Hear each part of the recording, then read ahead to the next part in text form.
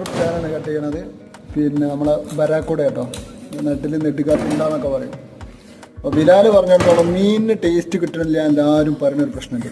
ഈ മീനിന് ടേസ്റ്റ് കിട്ടാണ്ടിരിക്കാൻ 2 കാരണങ്ങളാണ് മെയിനായിട്ട്. ഒന്നുകിൽ മീൻ ഫ്രഷ് ആയിരിക്കില്ല, മീൻ ഫ്രഷ് അല്ലെങ്കിൽ ടേസ്റ്റ് ഉണ്ട്. രണ്ടാമത്തെ കാര്യം ഓവർ കുക്കഡാണ്, അതായത് നമ്മൾ അമിതമായിട്ട് വേവിക്കുക.